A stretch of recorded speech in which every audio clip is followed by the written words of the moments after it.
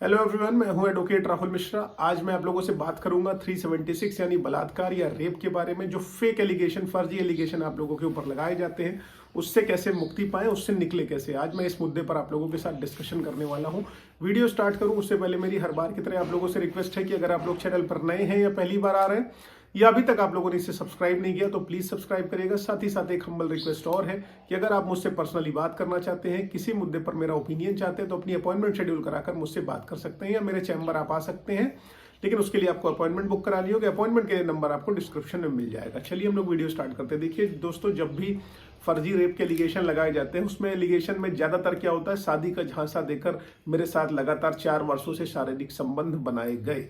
ठीक, सबसे बड़ी चीज ये होती है। अब शादी का झांसा देके 4 साल तक शारीरिक संबंध कोई कैसे बना सकता है, आप ये खुद सोच लीजिए। क्योंकि बेसिकली आप 18 ईयर के ऊपर हैं, आपको वोट देने का अधिकार है, खुद से डिसीजन लेने का राइट है, और कोई आपको झांसा दे रहा है, बरगला रहा है, आप बरगला के उसमें चली गई और आपने जो है सारी की सारी चीजें कर ली उसमें। ठीक, तो मैं उन पर आरोप नहीं लगा रहा हूं जो एक्चुअल में पीड़ित हैं। ये उन लोगों के लिए जो फेक एलिगेशंस एक्चुअल में लगाते हैं। ठीक है, ये सारी की सारी चीजें होती है। तो एक चीज ये जान लीजिए कि बरगलाना, 4 साल से झांसा देना, ये सब चीजें ज्यादातर होती है मनगढ़ंत। शादी का झांसा देने वाला जो ये आरोप होता है, ये मनगढ़ंत होता है। बेसिकली ये म्यूचुअल कंसेंट से सेक्सुअल रिलेशनशिप बनती है, आपसी सहमति से बनती है। लेकिन इसमें क्या होता है, जब उनकी अनरीजनेबल डिमांड्स को लड़का फुलफिल नहीं करता है, तो सबसे बड़ा हथियार क्या है, आरोप लगा देना। अब 376 के एलिगेशन, बलात्कार के एलिगेशन में सबसे बड़ी बात क्या है कि उसमें मेडिकल है कि नहीं है ये नहीं देखा जाएगा, लड़का कहाँ था या ये है कि ये नहीं देखा जाएगा। बस ये हो गया, लड़की ने कह दिया, उसने अपना स्टेटमेंट दे दिया, उसने एफआईआर दे दिया। अब लड़के को हैरेस करना स्टार्ट कर देगी पुलिस, तुरंत उसको अरेस्ट करने के लिए ढूंढने लगेगी, उसको बेल नहीं मिलने वाली है, उसकी लाइफ स्पॉइल हो जाने वाली है।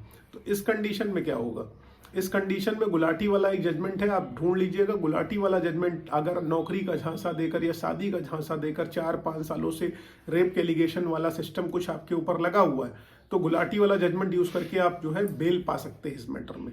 ठीक है, सबसे चीज ये देखिए, जब उसने अपनी एफआईआर लिखाई, एफआईआर में कोई स्पेसिफिक टाइम डेट प्लेस नहीं मेंशन किया हुआ, तो जान लीजिए कि यहाँ पर ये घटना कंप्लीटली झूठी है। जब स्पेसिफिक डेट टाइम नहीं मेंशन है तो वो झूठी है। दूसरी चीज, इसमें बेल का पाने का अधिकार क्या होगा, आपका अधिकार और तरीका यही है कि जब उसका मेडिकल मिसिंग है। कभी कभी वो जर्नली कह देती है कि घटना जो है 4 वर्षों बाद एफआईआर लिखाई। ठीक, वो लिख देंगी उस समय में बहुत डरी हुई थी और बहुत सहमी हुई थी और इसलिए मैं एफआईआर लिखाने में सक्षम नहीं हो पा रही थी, मन से मैं मजबूत नहीं थी। 4 साल बाद अचानक से आप मन से मजबूत हो गई और किसी की हंसती खेलती लाइफ स्पॉइल कर दी। वो क्यों होता है जनरली, 4 साल पहले वो लड़का गरीब रहा होगा, उसके पास नौकरी नहीं रही होगी, लेकिन अब उसकी हो सकता है प्राइवेट अच्छी नौकरी लग गई हो या सरकारी नौकरी लग गई हो या समाज में उसने कुछ रेपुटेशन प्राप्त कर दी हो, तो अचानक से 4 साल बाद हिम्मत जाग गई और आपने उसके ऊपर आके एफआईआर लिखा दी। ठीक है, तो इस कंडीशन में जितना डिले इन एफआईआर होगा, डिले इन एफआईआर होगा, एब्सेंस ऑफ मेडिकल होगा, जब मेडिकल नहीं होगा, दूसरा चीज, पहली चीज डिले इन एफआईआर, दूसरा चीज एब्सेंस ऑफ मेडिकल, तीसरा चीज आप ये जान लीजिए कि शादी का झांसा मतलब म्यूचुअल कंसेंट थी, तभी आपने उसके साथ सेक्सुअल रिलेशनशिप बनाई, वरना आप नहीं बनाती। ठीक है, ये सारी की सारी चीजें। जहां पर मेडिकल नहीं है, डिले इन एफआईआर है, वो ग्राउंड है बेल का, वहां पर आप बहस करके बेल ले सकते हैं और बिल्कुल बेल मिलती है ऑनरेबल कोर्ट में। ऑनरेबल जजेस भी जानते हैं ये सारे के सारे एलिगेशन लगभग जो होते हैं वो फेक होते हैं। एज अ लॉयर हमारी रिस्पॉन्सिबिलिटी बनती है कि हम अपनी सोसाइटी को अवेयर करें इस तरीके के फेक चार्जेस जो हमारी सोसाइटी में चल रहे हैं, चलन चल रहा है, लड़कों को हैरेस करने का, परेशान करने का एक ट्रेंड चल रहा है, उससे हम कैसे बचें, ये हमारी रिस्पॉन्सिबिलिटी बनती है। मैं इसमें डेफिनेटली इस मुहिम में आपके साथ हूँ, नो डाउट फीस लेता हूँ, लेकिन एकदम क्लियर कट है कि हाँ अप्रोप्रिएट तरीके से काम करता हूँ।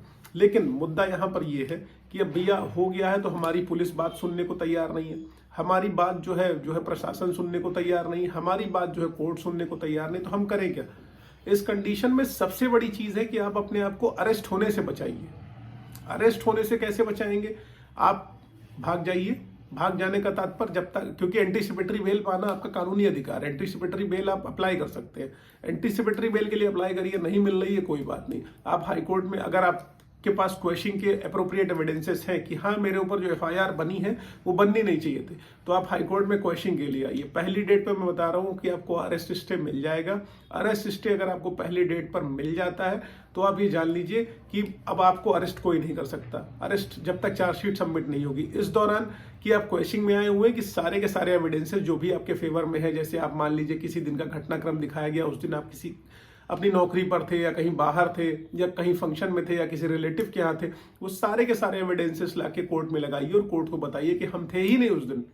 जब ये सारी की सारी चीजें आप साबित कर ले जाएंगे तो एफआईआर वहीं पर खत्म हो जाएगी, और जब एफआईआर खत्म हो जाए तो अगले बंदे के ऊपर आप अलग अलग धाराओं में मुकदमे दर्ज कराइए, ताकि जो आपकी मानहानि हुई है, बेइज्जती हुई, जिसकी वजह से आपकी रेपुटेशन लॉस हुआ है सोसाइटी में, उसके लिए आपको जो है कुछ रिकवरी हो सके, उसके लिए कुछ बैकअप मिल सके। उम्मीद है आप लोगों को ये जानकारी समझ में आई होगी। अगर ये जानकारी आपके लिए जरा से भी हेल्पफुल थी तो प्लीज सुपर थैंक्स का बटन दबाकर आप मुझे सपोर्ट कर सकते हैं और मुझे सोशल मीडिया पर फॉलो कर सकते हैं। फेसबुक, इंस्टाग्राम, ट्विटर पर आप इमीडिएटली मुझसे जुड़ सकते हैं। लिंक आपको डिस्क्रिप्शन में मिल जाएगा। Thank you so much. जय हिंद।